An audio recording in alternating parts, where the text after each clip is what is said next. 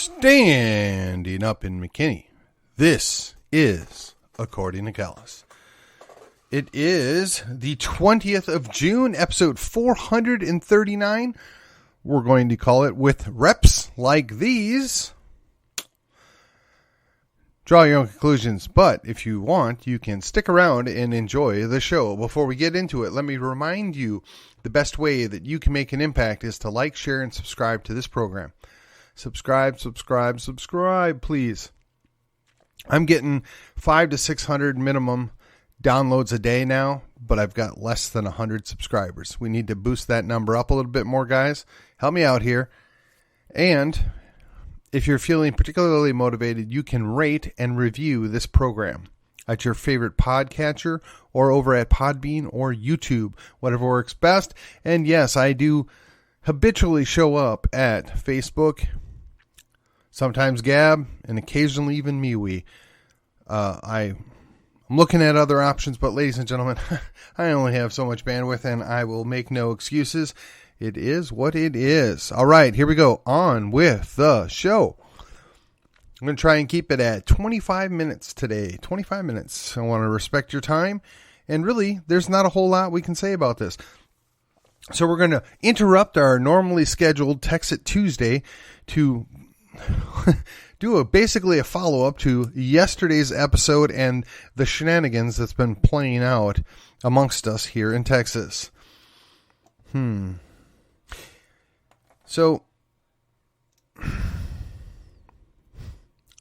I want to take a moment to gather my thoughts and make sure I don't shoot myself in the foot here. So, you know, the Texas State Republican Party has the largest political convention in the country, 8,000 strong. And we do the good work.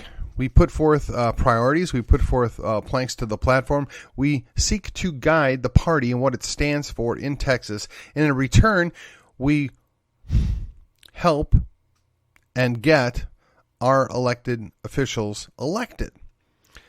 And then somewhere along the line, they detach themselves and dismiss us.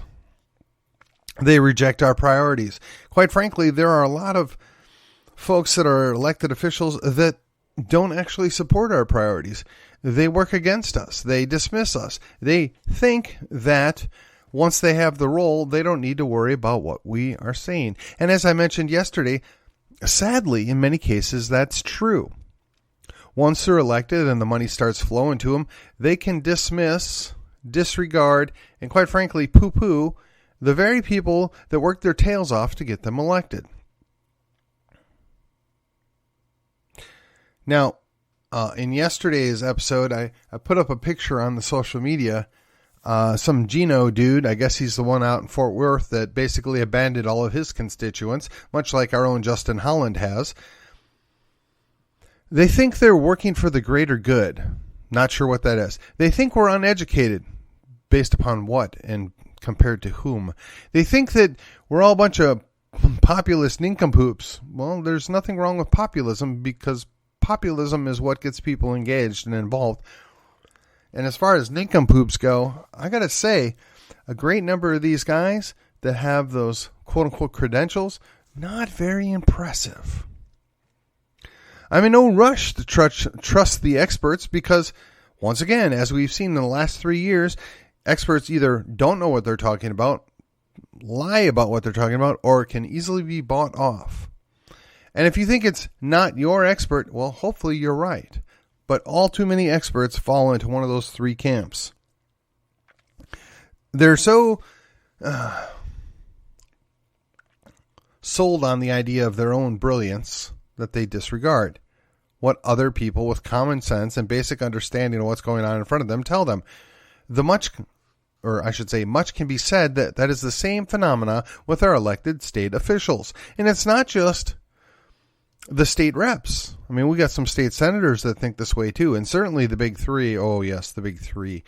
Oh, they're too busy playing Battle Royale to get their preferred solution put forth as opposed to give us something that actually works. And then we've got people complaining about, oh, well, we don't like how you're lowering our taxes this way. Well, again, time and time again, if you can tax somebody's property, it's not their property. I've come up with a solution. I've put it forth multiple times. I'm going to do it one more time. Why? Because it's directly related. If you live in a city, doesn't matter what city. If you live in a county, doesn't matter what county. The county and the city get to levy a head tax on you, a residency tax, if you will, much like an HOA, right? Unfortunately, the HOA can control your property. We're taking that away. We're just simply going to say, if you choose to live in, and we're going to use the town of Fairview, if you choose to live in the town of Fairview, we're going to assess you in the amount of, I don't know, let's just make it simple, $100 a month. It's going to cost you $100 a month to continue to live in Fairview. You yourself are going to have to pay it. The expectation is people will pay it because if they don't get to vote. If they don't, they won't get their license renewed. If they don't, I mean, there are things that can ratchet up the challenges of being able to function. And then you say, well, what about the county? Well, you live in Collin County. So Collin County is going to say, okay, everybody that lives in the county over the age of 18 has to pay us $50 a month. So at 1 million people in Collin County, if let's say 60% of them are over the age of 18, that's 600,000 times $50. That's $30 million, right? Did I get my math right? Check me on that. Okay, so that's your budget. You know how many people live in your county, deal with it. Now, the state of Texas, very much the same thing. The state of Texas looks at it and says, well, we have a whole lot of people, 33 million to be rough. 33 million people live in the state of Texas, and they're going to spend, oh, and you know what? I said that was per month. So actually times 12. So it's not 30 million. It's 12 times that amount, which would be, I believe, 360 million, but I could be wrong. So the state government's the same thing. The state needs to finance various things. And, oh, by the way, in order to do that, we're going to tax you for living in the state of Texas. It's going to cost you $100 a month. So now if you're following the numbers here, you're now looking at taxes for the state, the county, and the city are roughly $250 a month. Now you're saying right now, oh, that's crazy. That's too much money. How's that? Well, if you're not having to pay $10,000 a year for your property tax, if you're not having to pay for all the other taxes that get assessed on you, including sales tax, that money is really quite easy to deal with. Now, for me personally, I think we ought to keep the sales tax. And the sales tax ought to fund the school district. And the sales tax can be whatever it needs to be in that specific school district. And if you don't think they're doing right by you, you just go to the next school district and buy your stuff there. It balances itself out. It's a challenge. And I mean, look, you can create a baseline, right? We're gonna charge you $20 a month for the school district for everybody over the age of 18 that lives here, and we're also going to get 2% sales tax for everything in the. I mean, there's so many ways to do this that are controllable by we the people. If I want to live in the county in the city of my choice, then I will agree to pay the fee that it costs to live there. If I don't, I can move to the next county or the next city over. It's not that hard. But they can't tax property because they should have no control over said property. You take that away from them. They should have no control over something that you own. But yet that's the kind of stuff that could never ever get talked about because, of course, some expert somewhere is going to dismiss that. And honestly, the money people in the Austin have zero interest in giving people back their freedom, giving them back their own control of their own lives, their own destinies. If a certain city or county charges you too much to live there, what do? Well, that's right. You pack up and move to the next county or city over. It's not that hard.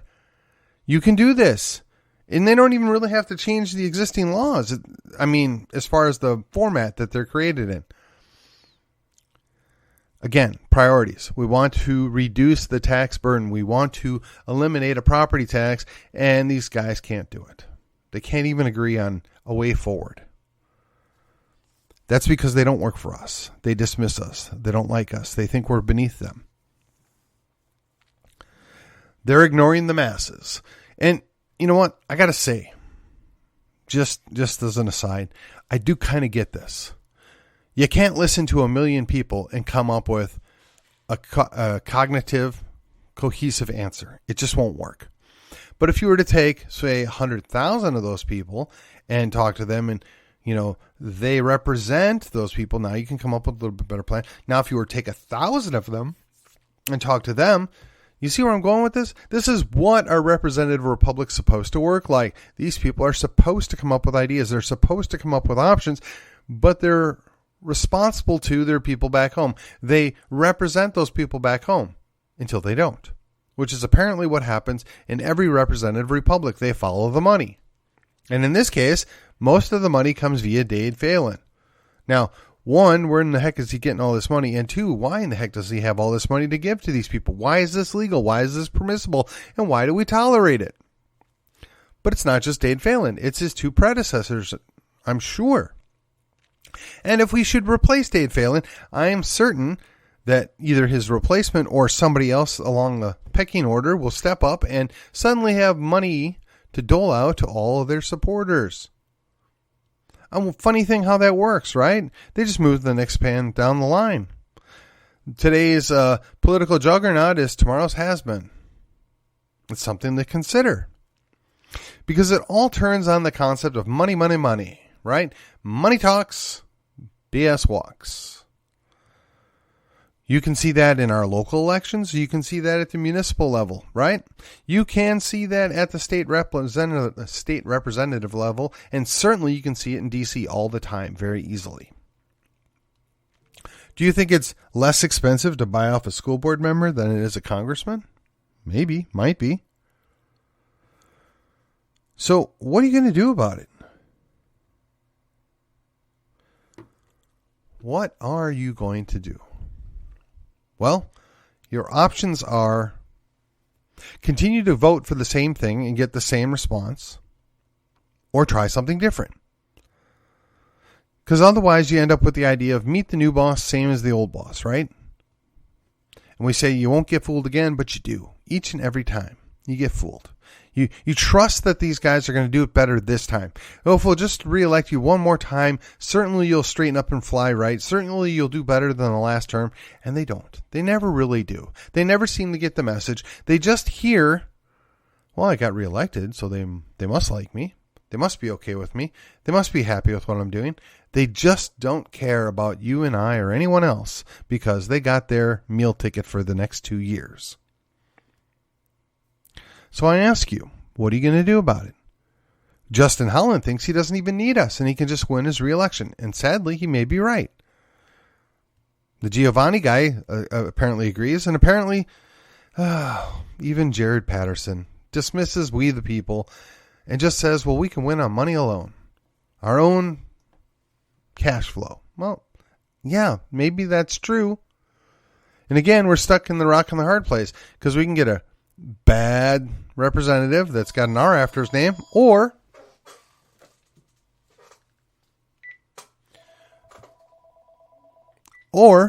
we can get somebody that's even worse, that's got a D after his name.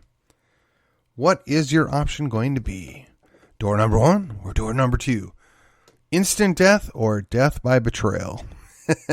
Not a pretty picture, is it? So I ask you, dear listener, what are our options?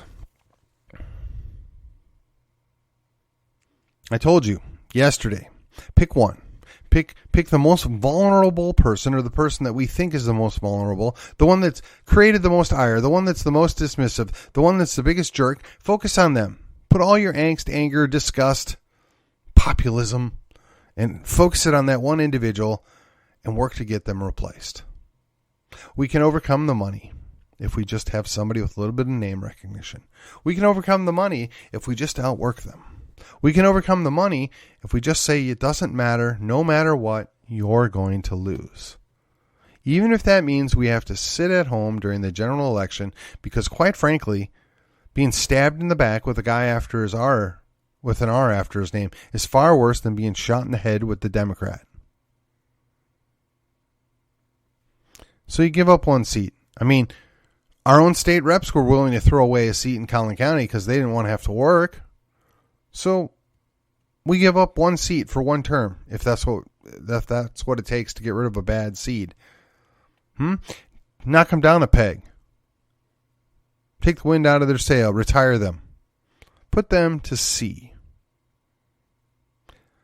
All you got to do is stay home. You don't have to vote for the bad guy. Just stay home. If that's the way they want to play, two can play that game.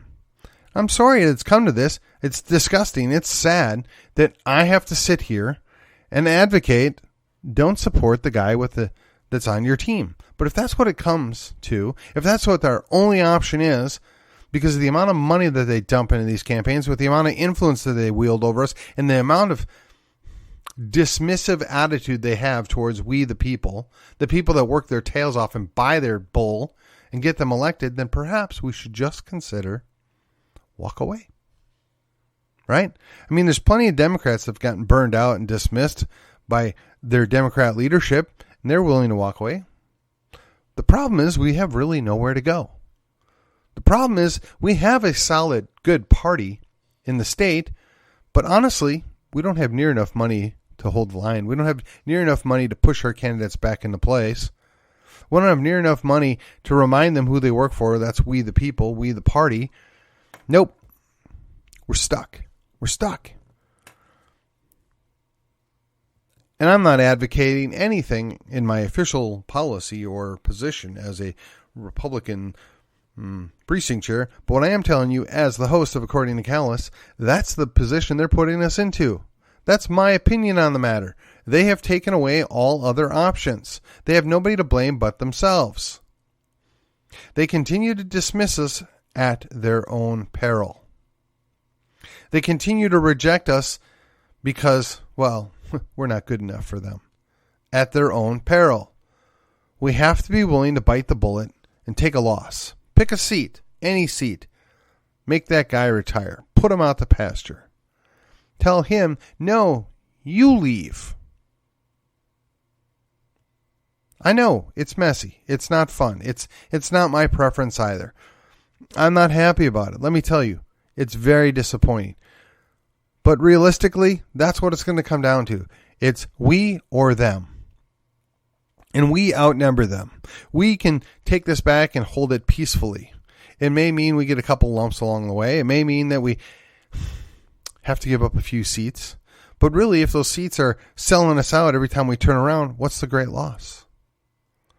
This is for the soul of Texas. This is for control of our future. There can be no strong, independent Texas. There can be no strong Texas in this union. There can be no Texit if we cannot regain control of our own state. And sadly, that's what it boils down to. We have to be willing to make a sacrifice. We have to be willing to give something up. So maybe that means we toss up a House district to the bad guys for a term, see what happens. I mean, our own representatives have already done that on multiple occasions. Why should we hold ourselves to a higher standard? Why should we not force them to live with the consequences of their choices? They put us in this position. They need to own it. They backed us into a corner. We need to push them back out of the way. They chose to side with a couple moneyed, manipulative people and dismiss all the people that have given their hard-earned money, time, and efforts to support these clowns and stick them back in office because they thought it was better the devil you know than the devil you don't. I'm merely suggesting you consider what it looks like to dismiss one of our own, to punish one of our own, to cast them aside. Now you might be looking in that mirror and say, I just can't do it. I can't do it. Well, I'm not asking you to vote for the other guy. I'm not asking you to support the other guy. All I'm asking you to consider is, if they're that bad, if they're that terrible, what happens if a whole lot of us just sit at home? They reference the idea that the Republican Party of Georgia has been, quote unquote, set aside because the elected officials know better.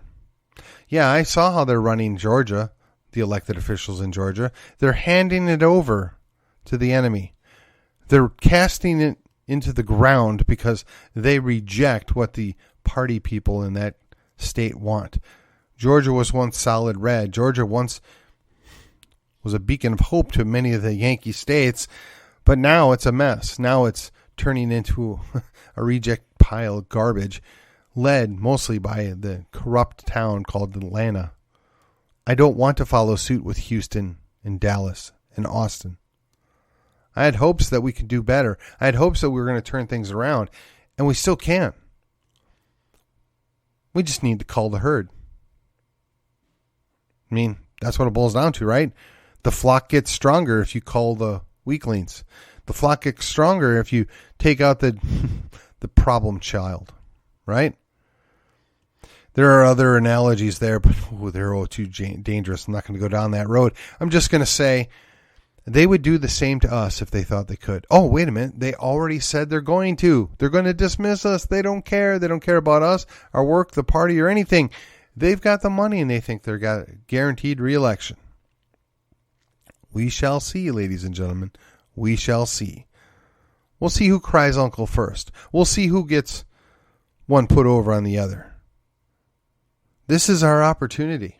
Yeah, I know. It stinks. It's a bad situation.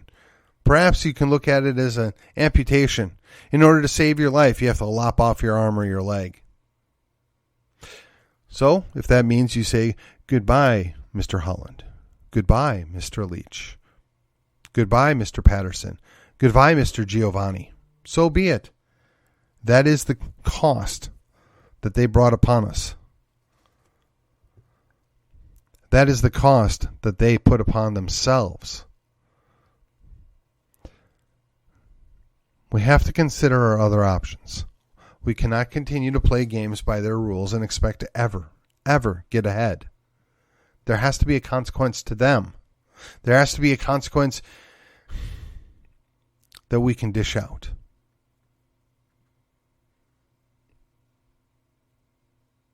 They want to make the party irrelevant.